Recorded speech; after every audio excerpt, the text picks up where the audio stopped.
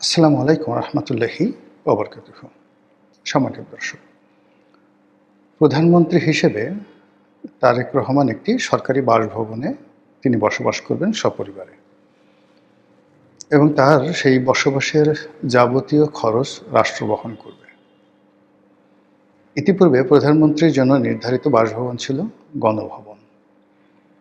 এটি সংসদীয় গণতন্ত্রের জন্য ঐতিহাসিক, আর ভবনটির যে লোকেশন, এটিও একজন প্রধানমন্ত্রীর জন্য সব দিক থেকে অত্যন্ত গুরুত্বপূর্ণ এবং যাকে বলা হয় সার্বিক বিবেচনায় উপযুক্ত। যেটি পুড়িয়ে দেওয়া হয়েছে গণভবন, এই গণভবনটির সঙ্গেই লাগোয়া স্পিকারের বাসভবন, তারপর সংসদ ভবন, এরপর পরিকল্পনা কমিশন, যেটা খুবই গুরুত্বপূর্ণ এবং একেবারে খুব কাছাকাছি, বলতে গেলে ওয়াকিং ডিস্টেন্স, সেটি হলো প্রধানমন্ত্রীর কার্যালয়। অন্যদিকে সংসদ সদস্য যারা আছেন তারা দুটো অংশে ওখানে বসবাস করেন। মানিক মিয়া এভিনিউতে একটি অংশে বসবাস করেন, আরেকটি অংশ বসবাস করেন হলো সেই পুরাতন বিমানবন্দরের সামনে যে প্রধানমন্ত্রীর কার্যালয় রয়েছে, সেই কার্যালয়ের পাশে বেশ কয়েকটি বিল্ডিং রয়েছে যেখানে এমপিরা বসবাস করেন। তো এই যে প্ল্যানগুলো করা হয়েছে, এমপি, পরিকল্পনা কমিশন, প্রধানমন্ত্রীর কার্যালয়, স্পিকার, ডেপুটি স্পিকার সবাই একসঙ্গে পাশাপাশি থাকবেন, ওয়াকিং ডিস্টেন্সে থাকবেন। তো সেই ভবনটিকে পুড়িয়ে দেওয়া হয়েছে, কিন্তু সেটিকে মেরামত না করে, সেটিকে ভবিষ্যৎ প্রধানমন্ত্রীর জন্য বসবাস উপযোগী না করে, সাবেক যে অন্তর্বর্তীকালীন সরকার তারা যে এজেন্ডা বাস্তবায়ন করতে এসেছিল যে একটি গণতন্ত্র এবং সংসদীয় গণতন্ত্র, এটির কবর রচনা হবে। প্রধানমন্ত্রী নামক যে পদ, এই পদটি কলঙ্কিত হবে, এবং সেই জন্য এরকম একটি উল্লেখযোগ্য বাসভবন, ঐতিহাসিক বাসভবন, সেই বাসভবনটিকে দুমড়ে মুচড়ে শেষ করে দিয়ে সেখানে একটি জাদুঘর তৈরি করা হয়েছে।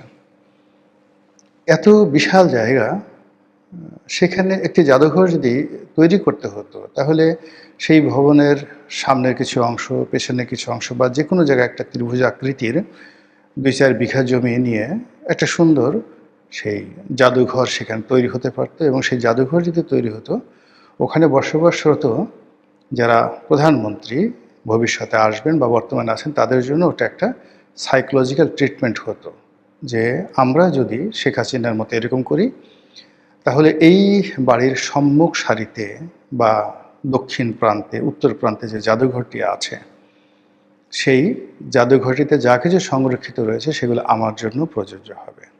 এনিওয়ে, যারা করেছেন আল্লাহ তাদেরকে হেদায়েত দান করুন।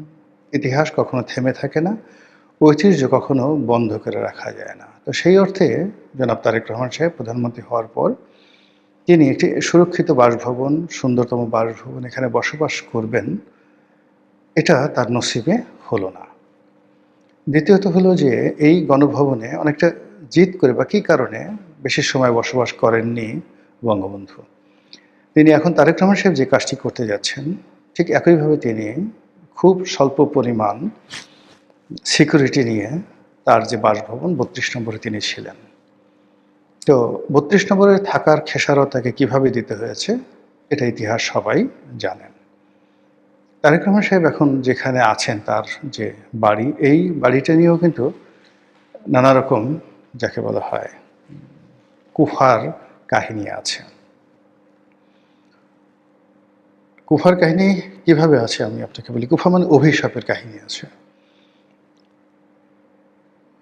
শহীদ প্রেসিডেন্ট জিয়াউর রহমানের হত্যাকাণ্ডের পর ধরে নেওয়া হয় এই হত্যাকাণ্ডের সঙ্গে অনেকে জড়িত, এবং বিএনপি বারবার বলার চেষ্টা করেছে এরশাদ এর সঙ্গে জড়িত।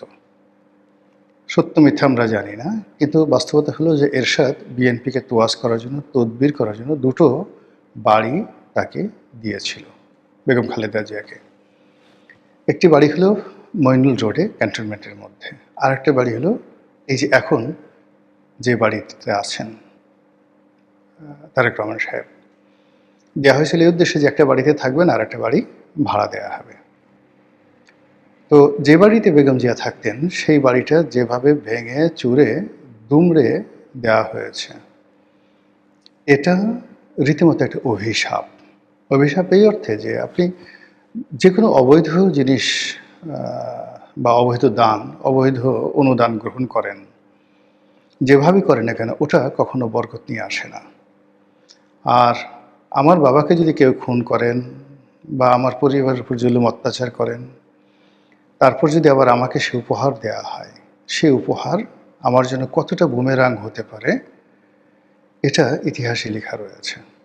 এরই ধারাবাহিকতায় মইনুল হোসেন রোডে বেগম জিয়ার যে বাড়িটি, সেই বাড়িটির উপরে যে অভিশাপ এসেছে, সেই অভিশাপে পুরো পরিবার তছনছ হয়ে গেছে। বেগম জিয়া মানসিকভাবে যতটা অপমানিত হয়েছেন, লাঞ্ছিত হয়েছেন, এটা বলার মতো নয়। একটা বাড়ি গেছে, দ্বিতীয় যে বাড়িটি রয়েছে এটাও স্বৈরাচারের দেওয়া উপহার।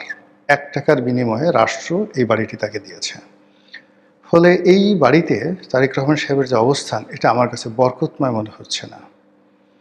এর সাথে তিনি যদি ধানমন্ডিতে তার শাশুড়ির বাড়িতে থাকতেন, অথবা রাষ্ট্রীয় যে কোনো একটি ঐতিহ্যবাহী, যেমন করতোয়া আছে, পদ্মা আছে, অনেক সুন্দর সুন্দর বাড়ি আছে। বেইলি রোডে যে বা মিন্টু রোডে সরকারি অনেকগুলো বাড়ি আছে, এর মধ্যে সবচেয়ে বড় বাড়িটি 25 নম্বর মিন্টু রোডের বাড়িটি, সবচেয়ে বড় রোড, এই বাড়িটি হতে পারত।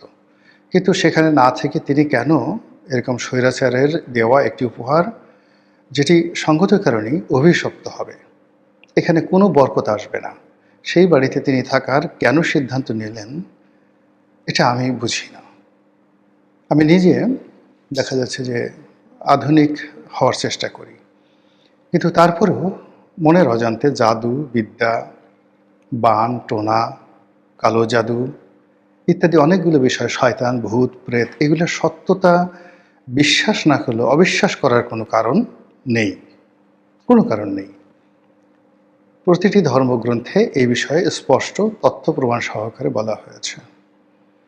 তো কাজেই আমাদের এই পৃথিবীতে অনেক অলৌকিক ঘটনা ঘটে, অনেক অভিশাপের ঘটনা ঘটে, বারবার ঘুরে ফিরে একই ঘটনা কেন একই ব্যক্তির জীবনে ঘটে, একই পরিবারের উপরে ঘটে। কোনো কোনো পরিবার কেন নির্বংশ হয়ে যায়, বংশের কোনো রকম বাতি জ্বালানোর কেউ থাকে না। আবার কোনো কোনো বংশ কেন হাজার হাজার বছর ধরে এই পৃথিবীতে বসবাস করে, যেমন হজরত ইব্রাহিম আলাইহিসসালামের বংশধররা পৃথিবীতে আছে। মোহাম্মদ রসুল্লাহ সাল্লাহ ইসলামের আওলাদ আওতাদরা এখনও পৃথিবীতে আছে, কিন্তু আবু জাহেলের আওতাদ কারা, ফেরাউন রামসেসের আওতাদ কারা, আওলাদ কারা, আমরা তো তাদেরকে চিনি না। এইরকম অনেক কিছু এই পৃথিবীতে হয়, এই জিনিসগুলো তো আপনি অস্বীকার করতে পারবেন না।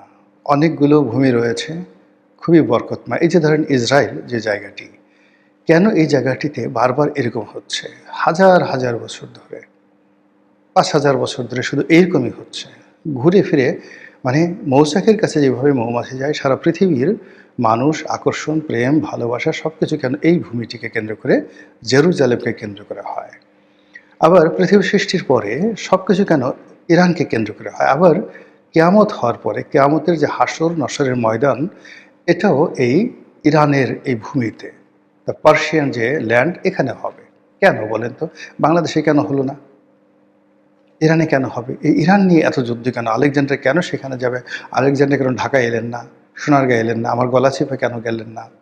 এখন এই বিষয়গুলো আপনাকে বুঝতে হবে। বারবার কেন মানুষ আফগানিস্তানে আসে, বারবার কেন আফগানিস্তান আসে, কেন বারবার দিল্লিতে যায়, এই জিনিসগুলো বুঝতে হবে। তো সেই দিক থেকে আমাদের এই সমাজে কতগুলো তারিখ, কতগুলো মাস, কতগুলো সময় কারো কারোর জন্য, কোনো দলের জন্য, পরিবারের জন্য অনেকটা কুফা হয়ে গিয়েছে, অভিশাপের বিষয় হয়ে গেছে। সেই দিক থেকে বাংলাদেশের ইতিহাসে এই যমুনা নামক যে ভবনটি, ডক্টর মোহাম্মদ ইনু যেখানে বসবাস করে গেলেন, এই ভবনটি একটি ভৌতিক ভবন।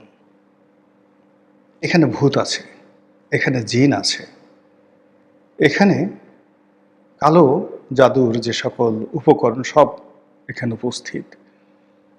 এখানে যারাই গেছে বিভিন্ন সময়টাতে তাদের জীবন তছনছ হয়ে গেছে। এই বাড়িটি নির্মাণ করা হয়েছিল এরশাদ জামানাতে মওদুদ আহমেদের জন্য। বাংলাদেশের প্রথম ভাইস প্রেসিডেন্ট হবেন সাংবিধানিকভাবে, এবং ভাইস প্রেসিডেন্ট হিসাবে তিনি যে সরকারি বাসভবনে থাকবেন, এজন্য এই ভবনটি তৈরি করা হলো। অত্যন্ত দৃষ্টিনন্দন, ভিতরের আর্কিটেকচারাল ডিজাইন অসাধারণ। আমরা যারা গিয়েছি ওখানে আমরা দেখেছি মানে কোনো সরকারি অফিস সাধারণত এতটা ওয়েল ডেকোরেটেড হয় না। এমনকি গণভবনের চাইতেও, বঙ্গভবনের চাইতেও এই বাড়িটির ইন্টেরিয়র ডেকোরেশন অনেক ভালো, কিন্তু এখানে বরকত আসেনি। মওদুদ আহমেদ একদিন বসবাস করতে পারেননি। এই বাড়িতে লতিফুর রহমান সাহেব থেকেছেন, তার জীবন তছনছ হয়ে গেছে। এই বাড়িতে তত্ত্বাবধায়ক সরকারের প্রধান যিনি ছিলেন জনাব ফখরুদ্দিন সাহেব, তার জীবন তছনছ হয়ে গেছে। এই বাড়িতে যখন প্রথম শেখ হাসিনা উঠলেন, ঠিক উঠার অল্প কিছুদিন পরই এখানে গণভবন যখন এখানে পরিষ্কার পরিচ্ছন্ন করা হচ্ছিল, তার জন্য প্রস্তুত করা হচ্ছিল, তিনি কয়েকদিন এখানে ছিলেন। ওই সময়টিতেই বিডিআর মিউটিনি ঘটে, বিডিআর দুর্ঘটনা ঘটে। তারপর বহুদিন এই বাড়িটি পরিত্যক্ত অবস্থায় ছিল এবং সেখানে ডক্টর মোহাম্মদ ইউনূস উঠলেন। এই বাড়িকে কেন্দ্র করে যারা যারা এখানে থেকেছেন, কাজ করার চেষ্টা করেছেন, সবার জীবন তছনছ হয়ে গেছে। আপনি সেই প্রেস সেক্রেটারি শফিকের কথা বলেন, ডক্টর মোহাম্মদ ইউনূস সাহেবের কথা বলেন, লামিয়া মোর্শেদের কথা বলেন, কিংবা ধরুন আলী রাজের কথা বলেন, এই বাড়িকে কেন্দ্র করে যারা যত বেশি অ্যাক্টিভ হওয়ার চেষ্টা করেছেন, সবার জীবনে অভিশাপ নেমে এসেছে। এখন সেই বাড়িতে জনাব তারেক রহমান সাহেব, আজকে যখন আমি ভিডিওটি করছি চাঁদ রাত্রিতে, তখনকার খবর হলো যে তিনি উঠবেন না এই বাড়িতে, সিদ্ধান্ত নিয়েছেন। এবং এটি যদি ফাইনাল থাকে ভালো কথা, এটা যদি ফাইনাল থাকে ভালো কথা। আর যদি তিনি ভবিষ্যতে ওঠার চেষ্টা করেন, এই জন্য মূলত আমি এই কথাগুলো বলছি। এবং আমি যখন এই ভিডিওটা বানানোর জন্য হেডলাইন দিচ্ছিলাম, তখন উনি আসলে সিদ্ধান্ত নেননি যে তিনি সেখানে উঠবেন কি উঠবেন না, বা সবাই বলছিল যে প্রধানমন্ত্রী হিসেবে তার জন্য এটি সাজগোজ করা হয়েছে। তো তিনি সপরিবারে উঠবেন না, কিন্তু আগামীকাল ঈদের যে মোলাকাত, সেই মোলাকাতটি তিনি সেখানে করবেন। এটাও আমার কাছে ভালো মনে হচ্ছে না। আমার কাছে ভালো মনে হচ্ছে, এই কথাগুলো অনেকটা গেয়েও মনে হতে পারে, অনেকটা গোড়া মনে হতে পারে, কিন্তু বাস্তবতা হলো যে আমাদের যারা সাহিত্যিক, সেই সাহিত্যিকদের মধ্যে সবচেয়ে আধুনিক যে মানুষটি ছিলেন তিনি হলো শরৎচন্দ্র চট্টোপাধ্যায়। কিন্তু তার জীবনে আপনি যত সব ভৌতিক গল্প শুনেন, এমনকি কিশোরদের জন্য লেখা তার যে শ্রীকান্ত উপন্যাসটি, এটাও যদি আপনি পড়েন, তাহলে সেখানে বহু তান্ত্রিক, কবরস্থানের বহু অভিশাপ, শ্মশানঘাটের বহু কাহিনী আপনি সেখানে শুনতে পাবেন। তো সেই দিক থেকে এই বাড়িটি কেন জানি আমার কাছে মনে হয় একটা ভৌতিক বাড়ি। আমি অনেক দিন এখানে মানে ব্যায়াম করি আশেপাশে, ওই যে রমনা পার্কে। বাড়ির চারিদিকের একটা সৌন্দর্য আছে, কোনো সৌন্দর্য নাই ওখানে। কীভাবে যেন সৌন্দর্য বর্ধন করা যায় না। বাড়ির সামনেটা কেমন যেন খাবলা খাবলা। একটা প্রধানমন্ত্রী বাড়ির সামনে যেভাবে বিন্যস্ত থাকবে, যেখানে ফুল ফলাদি থাকবে, এটা ভালো হয়নি। ভালো না হওয়ার কারণে কি হলো, দেখেন যে সেই জায়গাটাতে যারাই আসছে তাদের জীবনে, ইউনূস সাহেব দেখেন তার মতো মানুষ এই যে ক্ষমতায় 17 মাস ছিল, তার এমন কি লাভ হয়েছে না হয়েছে বড় ব্যাপার নয়। তার সারা জীবনের অর্জন ওই যমুনা খেয়ে দিয়েছে, ক্যান্সারের মতো সব কিছু খেয়ে দিয়েছে। এখন ইউনূস সাহেবের নাম শুনলে মানুষ যে বাজে মন্তব্য করে, তাকে কেন্দ্র করে যে ধরনের ট্রল হয়, এতে করে তার গ্রামীণ ব্যাংক, তিনি নিজে, তার গ্রামীণ ফোন, তার পুরো পরিবার পরিজন আগামী দিনে যেইভাবে জনরোষের শিকার হচ্ছেন, বা এখন যেভাবে হচ্ছেন, আগামী দিনে যেভাবে হবেন, আমি চাই যে অন্য কোনো রাজনীতিবিদদের জীবনে যেন এটি না আসে। এই ভূত তাড়ানোর জন্য ইসলামে অনেকগুলো বিধান আছে, এটিকে বরকতময় করার জন্য ইসলামে অনেকগুলো বিধান আছে। অনেক ওলি আল্লাহ গাউস কুতুব আছেন, তারা এই বিষয়গুলো জানেন, খুব ভালো করে জানেন। এবং এই ঘটনার ফলে কী হলো দেখেন, মধ্যযুগে বা এমনি আগে অনেক বড় বড় রাজপ্রাসাদ এভাবে তৈরি করা হতো এবং সেখানে ভূতের উপদ্রব হতো, ভৌতিক ঘটনা ঘটত। ফলে সে সকল রাজপ্রাসাদ ছেড়ে আজকের দিনে অন্ততপক্ষে 1,00,000 কোটি টাকা মূল্য হবে, তারও বেশি হবে। সম্রাট আকবর যে রাজপ্রাসাদ নির্মাণ করেছেন ফতেপুর সিক্রি, এবং সেখানে তিনি রাজধানী স্থানান্তর করে নিয়ে এসেছিলেন আগ্রা থেকে। সব কিছু ঠিক ছিল, এবং তিনি তার পীরের জন্য সেখানে একটা বাড়ি করলেন, মাজার করলেন, সব কিছু করলেন, সব কিছু ঠিক ছিল। হঠাৎ করে সেখানে দেখা গেল পানির শূন্যতা, রাজধানীতে পানি নেই। যখন মানে তৈরি করা হলো তখন পানি ছিল, কিন্তু যখন তারা বসবাস শুরু করলেন সেই পানি আর সেখানে পাওয়া গেল না। আবার এখন গিয়ে দেখেন সেই ফতেপুর সিক্রিতে পানি আছে, কিন্তু আকবরের এই যে 1,00,000 কোটি টাকা দিয়ে নির্মিত যে একটি রাজপ্রাসাদ, যে রাজপ্রাসাদ শুধু পাহারা দেওয়ার জন্য আজ যেমন এসএসএফ এরকম অন্তত পক্ষে 20,000 সৈন্যের একটি চৌকুশ দল প্রাসাদের ভিতরে এবং বাইরে ক্যান্টনমেন্ট করে থাকত। তো সেই প্রাসাদ পরিত্যক্ত তিনি আবার চলে এলেন আগ্রাতে। তো এরকম অনেক ঘটনা ঘটে, অনেক ঘটনা ঘটে। যমুনা নিয়েও কেন জানি আমার ঠিক সেরকমই মনে হচ্ছে। মহান আল্লাহ ভালো জানেন। আসসালামু আলাইকুম রহমতুল্লাহি ওয়া বারাকাতুহু।